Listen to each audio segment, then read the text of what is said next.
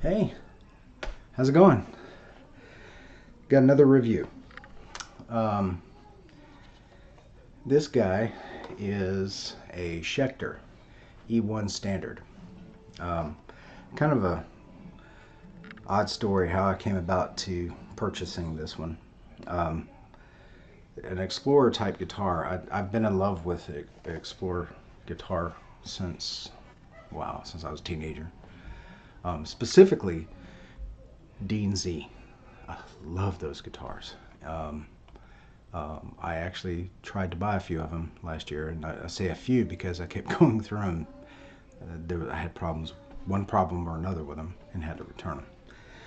But I ended up with this one, and I've actually been really happy with it, surprisingly. I say that because I did not like the headstock.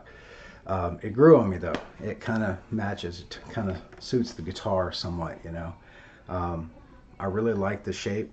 I like the little flare that they put in it, and it's also a honeyburst. You know, I have another guitar that's a honeyburst. I really like that.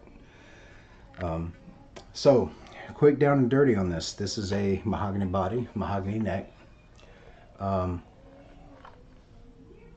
this has actually the tuners back here. If you look, they're Grovers. They're real Grovers, and it has a tusk nut. This thing is really nice and stable, man. It doesn't go out of tune unless I yank on the strings, man. You know, like that, you know.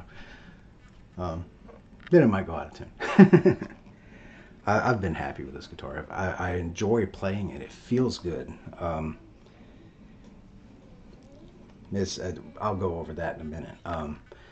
You know, the finish on this guitar has been virtually perfect. I've not found any problems except I seem to feel a little ripple here, maybe.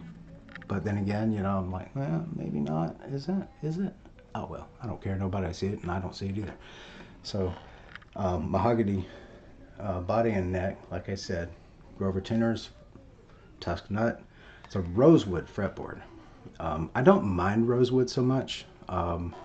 It does tend to, I tend to feel it, you know, because it's a bit, um, I don't know, stickier is not a good word, but to me there's more friction in it, and I tend to have a heavy hand. I kind of can't help it, but I'm getting better at it. But you know, rosewood's nice, and this is actually a really nice, smooth rosewood fretboard. You know, they did a really good job. Fret dressing's great.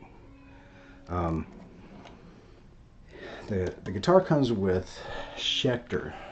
They're called Diamond Pro. There's an Alnico 5 pickups, both in the neck and the bridge. They're not bad. Uh, they're moderate output, um, but not, you know, over the top. It got really good tonality. The neck pickup sounds really good. I like it's got a pretty smooth sound to it. Um, the bridge pickup is incredibly versatile. Um, I kind of like to roll the volume back on a little bit, and there's a sweet spot to it. I really like the sound of it. Now, this is a tunematic bridge, but it's not an authentic tunematic. I believe this is a Schecter calls it something. It's their bridge. Um, I've got one on another guitar. Man, they're awesome. They're every bit as good as tunematics. Stop tailpiece, individual volume, and tone control. I'm not crazy about that. I kind of would like to have had another volume control for each pickup, but it's not awful. Three-way toggle switch. The hardware is nice on it. Works well. Um, this guitar has a bit of a body contour here. Makes it very comfortable. And look at the heel here. Look at that contouring. You see that? That is actually, that is actually quite very comfortable. And it makes the upper frets very accessible. It's really nice. I like it. You see that? So all in all, I have a lot of fun with this guitar. Um, uh, I can't really complain too much about it. Can't complain at all, really. I think it's a great guitar and it's a great bargain. I think I bought this for $6.99, and I think that right now though you can get them for around 600. I think they were on sale. Musician's Friend, I think I saw one there for like $6.29 at one time. Um, I don't think that Sweetwater has any of these in stock, but they do have one. Can't remember the name of it, but I tell you what, if I had saw it, I would have bought it. But it's just like this with a different design, and it had an ebony fretboard, which I love them. If I'd seen it, I would have got it for that reason alone. But it's pretty much the same, and it was an exclusive for them, for Sweetwater. It looks like a really good guitar too. But I can't complain about this, man. It's been a great guitar. It feels good, plays nice. I've been on the fence for a couple of months now about maybe changing out the bridge pickup, because I have an SH5 Seymour Duncan that I might replace it with. But I'm really enjoying the guitar right now, so I see no reason to. It's got a really good setup on it. I did a setup. I set up all my guitars. Other people can't set it up the way I want it set up. You know, it's kind of hard to communicate. Well, it's got to feel like this, you know. I want the pickup to sound like this, but I want the bridge pickup to sound, you know, a little bit. It's better just do it yourself. Learn how to do it yourself. I can't really complain about this guitar, man. I have not had one lick of trouble with it. Feels good. It's nice and solid. And believe it or not, this odd body shape, it's actually pretty comfortable, man.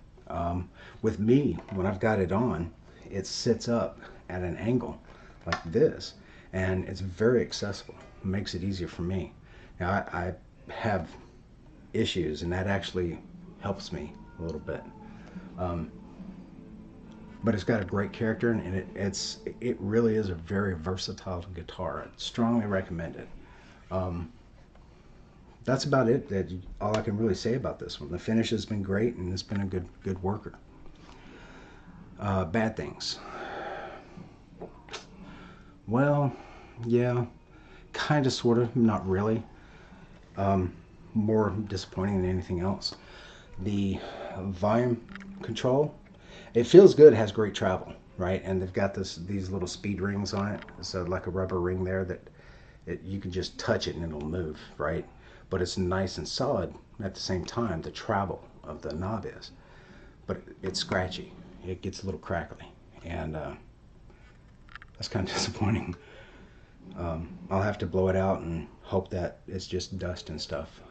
I've never even been in the control cavity of this guitar, so I don't know what it looks like in there. But yeah, at some point I'll probably blow it out, you know, with just air. Don't ever use solvents to try to clean up a pot. There's actually cleaners there are things made for that, and that's what you need to look for. Don't use tuner cleaner. Cleaners actually dissolve some of the surface. Believe it or not, sometimes there's grease and lubricants used inside the pots to keep them from getting scratchy, to make them last, to ensure the contact is uniform across the entire swipe of the blade on the of the potentiometer. So don't use tuner cleaners or any solvents or anything. Try to do it with just air. And if it doesn't work, then consider getting some pot cleaner. You know, look online and talk to a few, or look on a few of the forums around, because a lot of people have addressed this, and the information's there.